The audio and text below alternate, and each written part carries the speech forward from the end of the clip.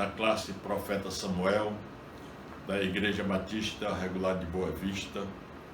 Hoje, domingo, dia 31 de maio do ano de 2020, estamos trazendo uma nova lição da revista Princípios Bíblicos da Liderança.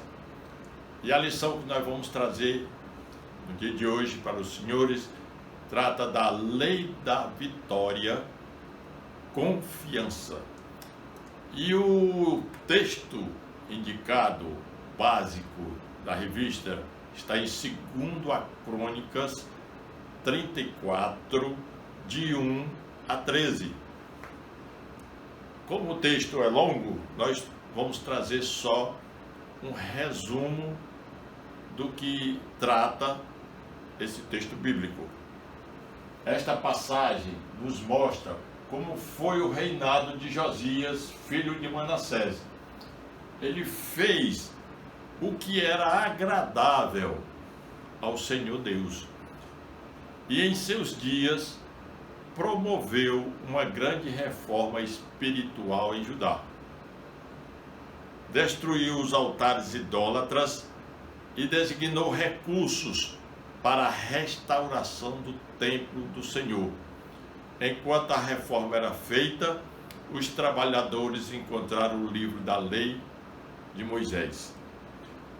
Quando Josias leu e percebeu que eles estavam em grande transgressão, o rei pediu que a profetisa fosse consultada.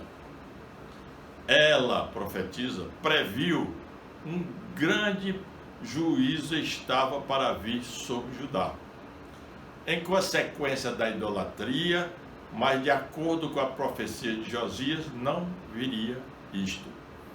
Ela se referia ao cativeiro da Babilônia, profetizado por Isaías, Jeremias e descrito por Ezequiel. Por isso, precisamos meditar nela de dia e de noite. Imediatamente o rei se humilhou e promoveu a restauração da aliança entre ele e o povo de Deus. Todos juraram solenemente que serviriam ao Senhor Deus e guardariam a aliança. Aprendemos com isso que a palavra de Deus nos dá entendimento e visão espiritual. Por isso, precisamos meditar nela dia e noite. Eis aí, meus irmãos, o esboço do capítulo 34 de 2 Crônicas. No 34, 1 e 2, nós vemos o reinado de Josias. De 3 a 7, destruindo a idolatria, melhor dizendo. De 8 a 13, restauração do templo. E o versículo-chave contido na nossa revista é este que nós vamos ler agora com os senhores. Fez o que era reto perante o Senhor, andou em todo o caminho de Davi, seu pai, e não se desviou nem para a direita, nem para a esquerda. E o alvo da lição é exatamente este. Ao estudar esta lição, você terá condições de optar por um modelo vitorioso de liderança, caracterizado pelo compromisso de edificar vidas e glorificar a Deus acima de tudo. Os demais alvos são estes: saber, conscientizar-se de que vitória se alcança obedecendo a princípios claros, ter convicção de que vitória verdadeira depende de estar no centro da vontade de Deus, sentir, desejar, alcançar a vitória, agir, optar por um modelo vitorioso de liderança. E a introdução desta lição é a seguinte: a lei da vitória revela a criatividade dos que vivem a novidade da graça, a dinâmica dos que são levados pelo Espírito, a coragem dos que vivem a intensidade da fé e a determinação dos que não desistem nunca, pois possuem a virtude da perseverança. Seguindo ainda, meus irmãos, de pessoas que praticam a lei da vitória são normalmente tomadas por um senso de inconformismo. Projetam-se a partir do presente com os olhos postos no futuro. Contrariam o caos, trazendo à memória o que lhe pode dar esperança. A lei da vitória, meus irmãos, revela a criatividade dos que vivem, a novidade da graça, a dinâmica dos que são levados pelo Espírito, a coragem dos que vivem a intensidade da fé e a determinação dos que não desistem nunca, pois possuem a virtude da perseverança. O rei Josias, embora ainda jovem, fez o que era reto perante o Senhor. Sendo assim, veremos como ele aplicou a lei da vitória em sua vida e ministério. O texto é... Vocês vão assistir esse vídeo agora exatamente sobre o tema Deus tem vitória para você. Assistam esse vídeo e já voltaremos. O texto é Salmo 121, verso 2, onde diz assim: o meu socorro vem do Senhor que fez os céus e a terra. Ter um Deus todo-poderoso, Criador de todas as coisas, que pode nos socorrer, que pode sair em nosso auxílio, é uma garantia muito especial. A Bíblia diz que aqueles que os servem, Deus coloca à sua disposição seus anjos, pois os anjos do Senhor acampam-se ao redor daqueles que o temem e o livram. Eu não sei o que você está atravessando hoje, talvez você esteja atravessando um momento de angústia, um momento de perda, a descoberta de uma doença. Eu não sei o que você está enfrentando. Eu só quero dizer a você que às vezes os recursos humanos, as forças humanas, o socorro humano, ele não consegue te socorrer, te trazer alento. Muitas vezes o médico, ou a medicina, ou o advogado, ou o pastor, quem quer que seja, seus recursos, eles acabam se esvaindo, mas Deus não. O Senhor tem recursos para nos abençoar. Acredite nisso, apegue-se à sua fé, aproxime-se de Deus, porque com certeza Deus tem vitória para você. Bem, meus irmãos, voltando após esse vídeo, continuemos com a nossa lição. Agora vamos trazer para os senhores a lei da vitória em Josias. Vejamos como esse grande líder se tornou modelo para a sua geração. Ele alcançou vitória pessoal, priorizou o essencial, retornou às Escrituras, redescobriu a graça do arrependimento. Vamos desenvolver esses itens que ele fez.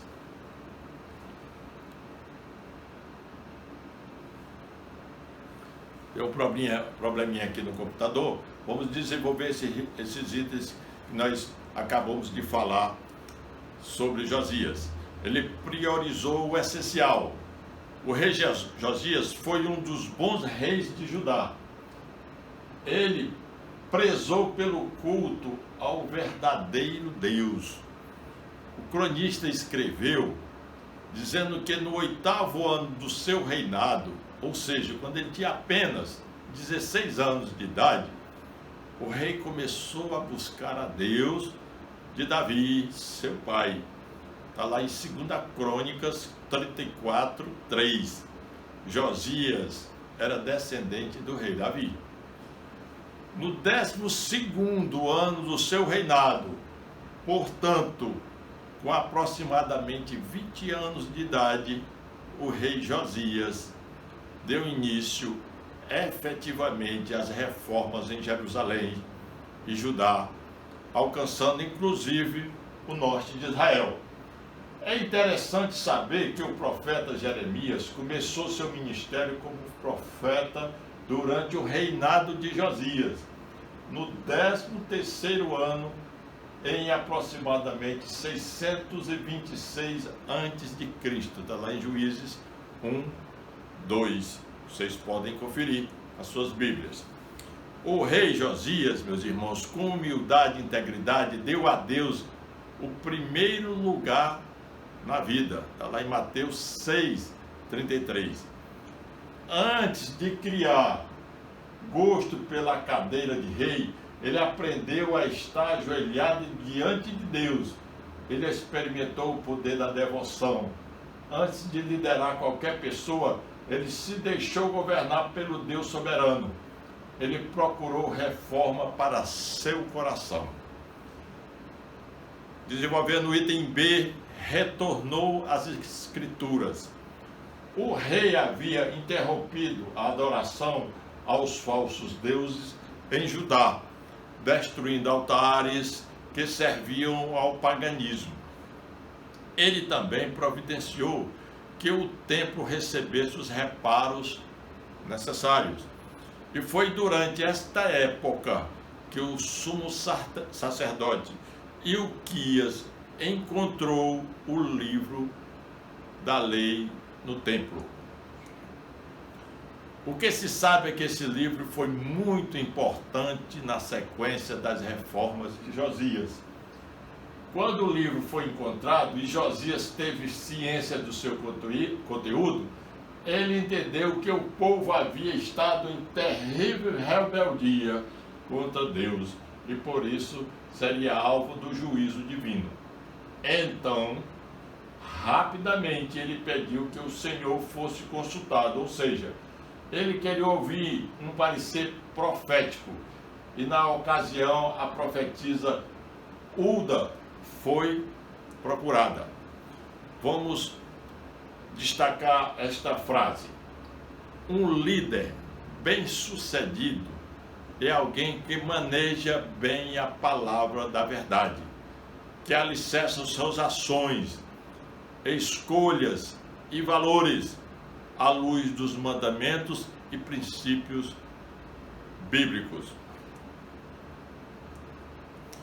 E o item C, ainda falando de Josias, descobriu a graça do arrependimento. Quem não tem humildade para reconhecer e confessar os pecados, ainda não tem a chave para a vitória. O nome de Josias, meus irmãos, está associado na Bíblia à reforma com padrão e modelo de um reformador aprovado por Deus. Ele, em seus dias, devido ao seu zelo e persistência, depois que descobriu o rolo de Deuteronômio e viu ali as coisas escritas e narradas, fez de tudo para deixar todas as coisas em ordem. Nada é mais inconsequente do que um líder orgulhoso e arrogante e que, por causa da posição que ocupa, não reconhece sua condição de pecador. Uma vez destituído da graça do quebrantamento, resta-lhe escolher poder e sucesso e carisma. A lei da vitória em Josias, seguindo ainda o item 2, ajudou outros a obter vitória por meio da vida exemplar, por meio de oração, por meio de transformações realizadas. Por meio de uma vida exemplar, vamos desenvolver como foi que ele fez.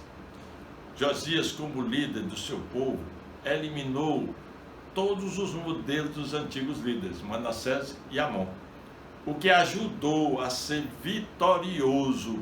Por consequência, ele se tornou exemplo para todos. O povo teve a oportunidade de conhecer a lei de Deus. O item B, por meio da oração. O que ele fez? A melhor coisa que você pode fazer por alguém é orar por ele. O que fez Josias? Se preocupou em convocar todo o povo para renovar a aliança. Ofereceu sacrifício a Deus em favor de todos.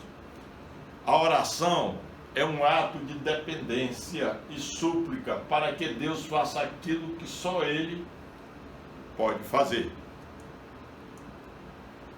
Por meio das transformações realizadas, é o item C, sob a liderança de Josias, nos deparamos com o seguinte: promoveu mudanças culturais e religiosas, redirecionou o povo de Deus, restabeleceu o significado e os valores da vida religiosa, deixou uma nova geração de líderes comprometidos com Deus, com todo o povo. Agora vamos ler essa aplicação, meus irmãos. De que maneira os fatores que levaram Josias à vitória se relacionam com sua vida? Faça uma avaliação aí na sua casa mesmo e responda. De que maneira os fatores que levaram Josias à vitória se relacionam com a sua vida? Seguindo, a lei da vitória no ministério de Jesus. Por meio do milagre da multiplicação e do andar sobre as águas, nosso Senhor revelou seu cuidado para com o ser humano e desafiou seus discípulos à busca da solução. O princípio da compaixão, o princípio do encorajamento, o princípio da dependência divina, o princípio da compaixão, como é que pode se falar sobre isto? Tenho compaixão desta multidão, ele disse lá em Mateus 15:32. O Evangelho registra que Jesus, em suas andanças por todas as cidades e povoados, ao ver as multidões, tinha compaixões dela, porque estavam aflitos e desamparados como ovelha sem pastor. Pouco adiante, Mateus volta a registrar que Jesus saiu do barco e viu tão grande multidão que teve compaixão deles e curou os seus doentes. Está lá em Mateus 14:14. Jesus mesmo expressa verbalmente esse sentimento por ocasião da segunda multiplicação de pães e peixe. Tenho compaixão desta multidão. O princípio da compaixão diz assim: numa sociedade dominada pela ganância, pelo culto à personalidade, pelo egoísmo, o líder precisa cultivar a virtude e se compadecer de agir em favor dos mais necessitados, material e espiritualmente. Leiamos então esse versículo bíblico. Diz lá: Jesus, ó filho de Davi, tem compaixão de mim, Senhor. O princípio do encorajamento. Ainda estamos falando de Jesus. Examinemos na sequência cada um desses meios motivadores de Cristo. Ele encoraja a produzir confiança. Creiam em Deus, creiam também em mim. Jesus está dizendo: vocês já me conhecem, então confiem em mim, porque eu cuidarei de vocês. Confie, porque eu estou no controle de tudo. Ele encoraja, assegurando resposta: tudo quanto pedirdes em meu nome, isso farei, a fim de que o Pai seja glorificado no Filho. Está lá em João 14:13. Ele encoraja, meus irmãos, conferindo segurança. Na casa do meu Pai há muitas moradas. Se não fosse assim, eu vos teria dito, pois preparai-vos lugar. Está lá em João 14:2. Ele encoraja, garantindo companhia. Jesus não abandona nem desampara os seus. Neste item, meus irmãos, Jesus queria ensinar que as impossibilidades humanas são oportunidades para o milagre divino. Na vida de um líder, responsabilidade é algo intransferível. E vamos para o item 3, princípio da dependência divina. A oração nos leva a depender de Deus. Ele sempre responde às nossas orações. Viver na graça nos leva a depender de Deus. Tudo o que precisamos é da graça de Deus. Ela é suficiente e nos basta. A graça do Senhor nos ajuda e nos momentos de fraqueza. O amor de Cristo nos leva a depender de Deus. Aprendamos a depender de Deus. Desculpe que ficou com letra minúscula. Quando os Espíritos vierem, lembre-se do provérbio 3, de 5 a 6, que diz: confie no Senhor de todo o seu coração e não se apoie em seu próprio entendimento. Reconheça o Senhor em todos os seus caminhos e Ele endireitará as suas veredas. Nenhum líder pode ser a solução para os grandes problemas, sem que antes aprenda a depender de Deus pela prática da oração e do exercício da fé. Leiamos mais esse versículo aqui que está em Isaías 41:13. Diz lá: porque eu, o Senhor teu Deus, te tomo pela tua mão direita e te digo, não temas, que eu te ajudo. Isaías 41:13. E vamos ler a aplicação. Nesses dias em que o caráter vale menos que o carisma, o T determina a falência do C e o líder se transforma em um popstar, necessitamos urgentemente aprender de Cristo, que é humilde e manso de coração. O terceiro item da nossa lição hoje é qualidade indispensável na lei da vitória, é a confiança. É fundamental que um líder tenha confiança, porém, essa segurança não pode se fundamentar nele mesmo. O líder não deve confiar na própria sabedoria e força. O líder não pode e não deve pôr sua confiança em pessoas ou coisas. O líder deve confiar plenamente em Deus e no seu governo. O líder não pode confiar na sua própria força. Vamos desenvolver esse item. Fraquezas de alguns líderes: falta de sensibilidade, como é orientado pelas metas, pode deixar de acolher os que o rodeiam e pode aplicar pressão sem moderação. Problemas com ética e integridade, o fim justifica os meios. Transigência, se contenta em cumprir sua agenda em vez da agenda de Deus. Todo líder deve reconhecer sua importância e saber que seu empreendimento não será bem sucedido se Deus não otorgar a sua bênção. Então, meus irmãos, tudo está na mão de Deus. Vamos seguir. O líder não deve pôr sua confiança em pessoas ou coisas. Líderes espirituais são otimistas, não porque o homem é bom, mas porque Deus está no controle.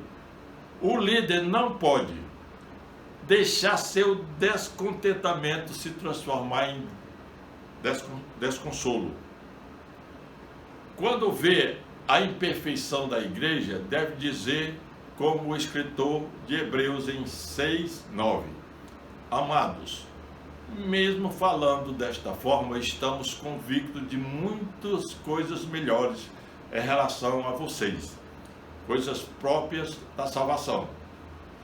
todo projeto sem Deus é contra Deus, e o seu fim é confusão e caos. Está lá em Gênesis 11, 3 a 9. Se Deus não edificar a casa, em vão trabalha os que nelas edificam. Está lá em Salmo 127, 1. O líder deve confiar plenamente em Deus e no seu governo. A chave da liderança vitoriosa consiste em confiar tudo a Deus. Submeta-se inteiramente ao seu governo e atribua em forma de gratidão o mérito das suas conquistas exclusivamente a Ele. Devemos trabalhar com todo o afinco e diligência, sem, entretanto, deixar de confiar totalmente na graça e providência divina. Líderes inteligentes não reduzem Deus a uma simples estratégia, mas lhe dão a primazia por um direito que lhe pertence. Eu vou trazer um vídeo para os senhores que, nesse momento que nós estamos passando por essa pandemia, parece bem apropriado com a nossa lição e com o momento que nós estamos passando. Portanto, assistam o vídeo e já voltamos. Confiar em Deus afeta a saúde do corpo e da mente? Pode aliviar dores físicas e até mesmo melhorar a resposta ao tratamento de doenças graves, como o câncer?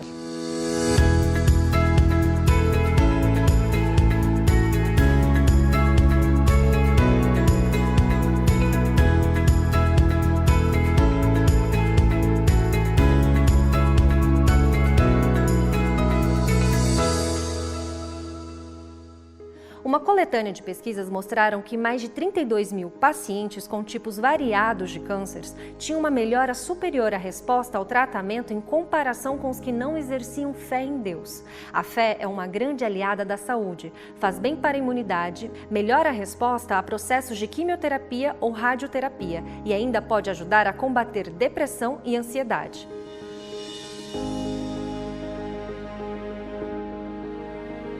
Uma pesquisa realizada nos Estados Unidos relatou que mais de 1.000 médicos entrevistados disseram acreditar que a religião e a espiritualidade têm impacto significativo na saúde dos pacientes, constatando que fé e saúde estão em íntima relação.